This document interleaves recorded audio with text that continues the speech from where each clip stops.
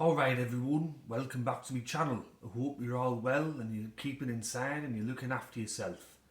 So, the topic of today's video is going to be about my greatest ever Western Suburbs team from 1908 to 1999. So, it's going to be a video about the Magpies, the Fibros. We're going to get into the team from 1 to 17 and plus the coach. So I'm going to bring that to you very shortly. But just before I start, I'd just like to say thank you to everyone that's subscribed to my channel over the last couple of weeks. Thank you for your support, your kind words. Thanks to Nick from Australia, CG, Moxley, Entertain House, Always West Tigers, a few other lads. Thank you for subscribing to my channel and giving me good feedback. To all the other people watching the video, if you enjoy the content that I'm doing in the other videos, or you like this video at the conclusion, then please consider giving it a like. You can subscribe to my channel, click that notification bell for a new video, which you'll get with an email message. And also, I run a rugby league page called Rugby League History. It's on Facebook, and I put a description link below. So, Western Suburbs. Now, for all you people out there that are either too young to remember or you're new to rugby league, Western Suburbs were a foundation club of the New South Wales Rugby League, founded in 1908. They played in that competition up until the end of 1994. Then it became the ARL. They played with that competition throughout the Super League. And then they finished up in the NRL in 1999 when, like Belmean, as I did last night, they fell victim to the rationalisation policy. There was a few teams that they were looking to merge with, but they ended up merging with Belmean and forming the West Tigers. They won 4 premierships in their history. They were runners-up numerous times, and they also ended with 17 wooden spoons, which is still a New South Wales Rugby League NRL record. So, let's get into the team now, shall we? Now at fullback, I've gone for Frank McMillan, or as he was called by his teammates, Skinny. So Frank Skinny McMillan, he was the captain of the Western Suburbs team in the late 1920s all the way through to the 1930s. He played at fullback. He represented New South Wales and Australia. But at club level, he won 2 premierships with the club in 1930 and 1934.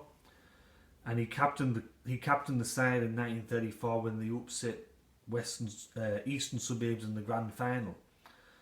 He, from all accounts, was ahead of his time. He was a great tackler. His positioning on the field was second to none. And he was one of Western Suburbs' greatest ever players, so he gets me spot at fullback. On the left wing, I've gone with Peter Diamond. Peter Diamond played with the club in the 1950s and 60s. He played in a few grand finals for Western Suburbs in that time, but unfortunately the club run up against the juggernaut, which was St George, and they were on the losing end of all those grand finals. Peter Diamond was a very big player for a winger back then. He holds the record for the most tries in first grade with the club, and he was a fan favourite with all the Western Suburbs supporters out there. So he gets me spot on the left wing. At left centre, I've chosen Harry Wells. Harry Wells came to the club from South Sydney. He played for the club in the 1950s and 1960s. He played nearly 60 first grade games for the club, but he made such a big impact when he was at Western Suburbs. He represented both New South Wales and Australia over 30 times each. So he gets me picked for the third player at left centre. At right centre, I've gone with Alan Brady. Alan Brady won 2 premierships with the club in the 1930s, 1930 and 1934. He scored nearly a try every second game for the club. He was in that team with Frank Skinny McMillan, as I just mentioned. And he also represented New South Wales. So he gets me picked for the right centre. At right wing, I've gone with Alan Ridley. Alan Ridley won a premiership with Western Suburbs in the 1930s. He scored 64 tries in 64 games. He also holds the record for the most tries in a season for Western Suburbs and the most tries in a match for Western Suburbs when he scored 6 tries against Newtown in a game at Pratton Park, which was the original home of Western Suburbs. So he gets me spot for the right wing. At 5/8, I've gone for Vic Hay. Now, Vic Hay played in the 1930s. He was originally from Toowoomba. He's been described as one of the best players of the 20th century. He won one premiership with Eastern Suburbs in 1934. He had such an impact on the game. He was highly rated at the time. And he also, after he finished playing, went on and became a coach for many different teams. So he gets me picked for the 5/8. At halfback, in my opinion, this player is Western Suburbs' greatest ever player, and that's Keith Holman, or as he was known by his nickname, Yappy. Keith Holman played 200 first grade games for Western Suburbs between 1948 and 1961. He played in many losing grand finals to the club. He missed out on the 1948 and 1952 grand final victories because he was away on tour with the Australian side, so he was unlucky there. But once again, with some of the other players on the list, he was well ahead of his time. He was a visionary at halfback. He was highly rated. After he retired, he ended up becoming a referee, and he refereed, I think, over 150, 200 first grade matches. And he also coached the club in the 1970s when they won the Amco Cup. He's a Western Suburbs legend, so Keith Holman gets me halfback spot. The props, I've gone for Ed Tedder Courtney and John Dallas Donnelly. So, Ed Courtney, he played for the club in the early days, in the foundation days.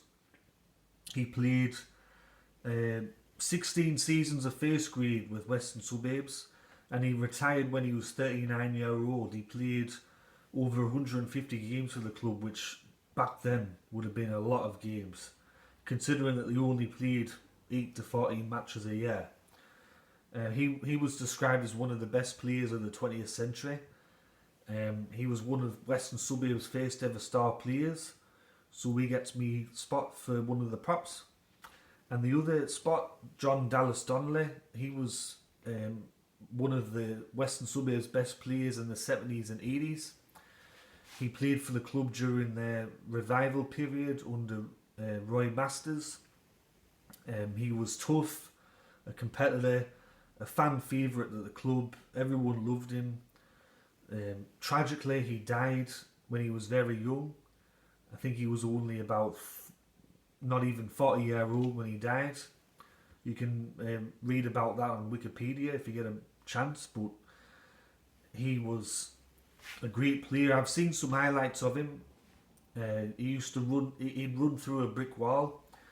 And I remember one thing, many years later, Tommy Radonicus in an interview said that Dallas Donnelly was one of his favourite ever players to be alongside, and he said that he'd never ever let you down, because Tommy was asked who was the best that he played with, and straight away he said Dallas Donnelly. At hooker, I've gone for Noel Kelly. Noel Kelly played for the club in the 1960s when they made 3 grand finals in a row. He's been described as one of the best players of the 20th century. He played a bit of prop, but he also played at hooker for most of his career. He was a fantastic player from what I've read, and from the short bit of highlights that I've seen. He represented both Australia and Queensland and New South Wales. I think he was originally from Queensland. He was a very tough player, and he was sent off 11 times in his career. So that shows you what type of a a player he was. He wouldn't take a backward step. He'd be right in there defending his team and trying to put off the other players from the other team. So he gets me spot for hooker. The second rowers, I've gone for Kel O'Shea and Johnny Hayes. So Kel O'Shea played for the club in the 50s and 60s. He represented Australia. He's also, like a lot of the other players in the list, been described as one of the best players in the 20th century. He was also another player from Queensland that come down to the New South Wales competition. And Johnny Hayes, his nickname was Chow because he had sort of, Chinese looking eyes. He played in the 1960s as well, played in those losing grand finals against St George. He was one of the longest saving Western Suburbs players. He played over 160 matches for them. So he gets me spot for the second rower. And at lock, I've gone for Les Boyd. Les Boyd was a very tough player, sometimes considered a dirty player because of what he did to Darryl Broman, but he was part of that Western Suburbs team in the 1970s as they won the minor premiership under Roy Masters. Les Boyd was considered one of the premier players at the time. He represented New South Wales and Australia. He controversially went to Manly later on, and that's where he did the Darryl Broman thing, and that pretty much ended his career in Australia. But he gets me spot at lock. And on the bench, the first player, this is a player that everyone knows and loves, good old Tommy Raudonikis. He played over 200 games for Western Suburbs. He bled black and white. He's probably one of the most recognisable players in rugby league history as far as I'm concerned. Everyone loved him. He was a competitor, very skillful. He would do anything for his teammates. So I think it's a no-brainer to have Tommy in the team. The second player on the bench, I've gone for John Doherty. His nickname was Joe Cool. And he played for the club in the 1970s. He was a very talented back, a good goal kicker, and he was also a very popular player with Western Suburbs because on my Rugby League history page I posted a photo of him with a brief description about what he did, and he was and still is one of my most popular posts. The amount of love and support and good comments about John Doherty, seeing that he was a champion player, champion bloke. So he gets me spot for the second bench spot. The third bench spot goes to Neville Charlton. He was one of Western Suburbs' longest saving players. He had a very long career in the New South Wales Rugby League. He also played for Canterbury and Eastern Suburbs. He played in 2 grand final defeats for Western Suburbs. He played in a number of positions in the front row. He was a second rower, a prop. I think he played a bit of lock. He was also voted in the Western Suburbs official team of the century. So Neville Charlton gets me third bench spot. And my last bench spot goes to Kevin Hansen. Kevin Hansen won 2 premierships with Western Suburbs in 1948 and their last premiership in 1952. He scored the winning try in the 1948 grand final against Balmain, where West made a break towards the end of the match and Kevin Hansen scored near the post. He played many seasons and many games for Western Suburbs. Tragically, he died pretty young, but he gets me last bench spot, Kevin Hansen. And for coach, now the official team of the century coach was Roy Masters, but Western Suburbs have also had some other good coaches. They've had Jeff Smith, Tom McMahon, but I've gone with Jack Fitzgerald. Jack Fitzgerald was the coach of Western Suburbs between 1961 and 1964 off the top of my head. He coached them to 3 successive grand final defeats against St George. In the 1961 season, he coached them to the minor premiership. Now, this is the only time in St George's 11-year premiership run that they didn't finish as minor premiers. So he got them really, really close to winning that premiership, but he just couldn't get there. Now, some people might see, why didn't he put Roy Masters? Well, Roy Masters never really got Western Suburbs to a grand final. He got them back on track, but I think Jack Fitzgerald deserves to be the coach just for that. And also, with Jack Fitzgerald, he was actually a player for Western Suburbs, and he was part of the 1952 grand final victory over South Sydney. Like another couple of players on this list, he died pretty young. I think he was only about 40 or 50 year old when he died. But I think out of all the coaches that Western Suburbs have had, Jack Fitzgerald was the best. So that was my list for Western Suburbs' greatest ever team. If I've missed any players, or you disagree with me, or you agree with me, leave a comment section. Leave a comment in the section below. Once again, thank you for watching the video. A shout out to all those people that I mentioned. Thank you for your love and support. I'll be making another greatest team video tomorrow. So until then, I'll catch you all later, and ta-ra.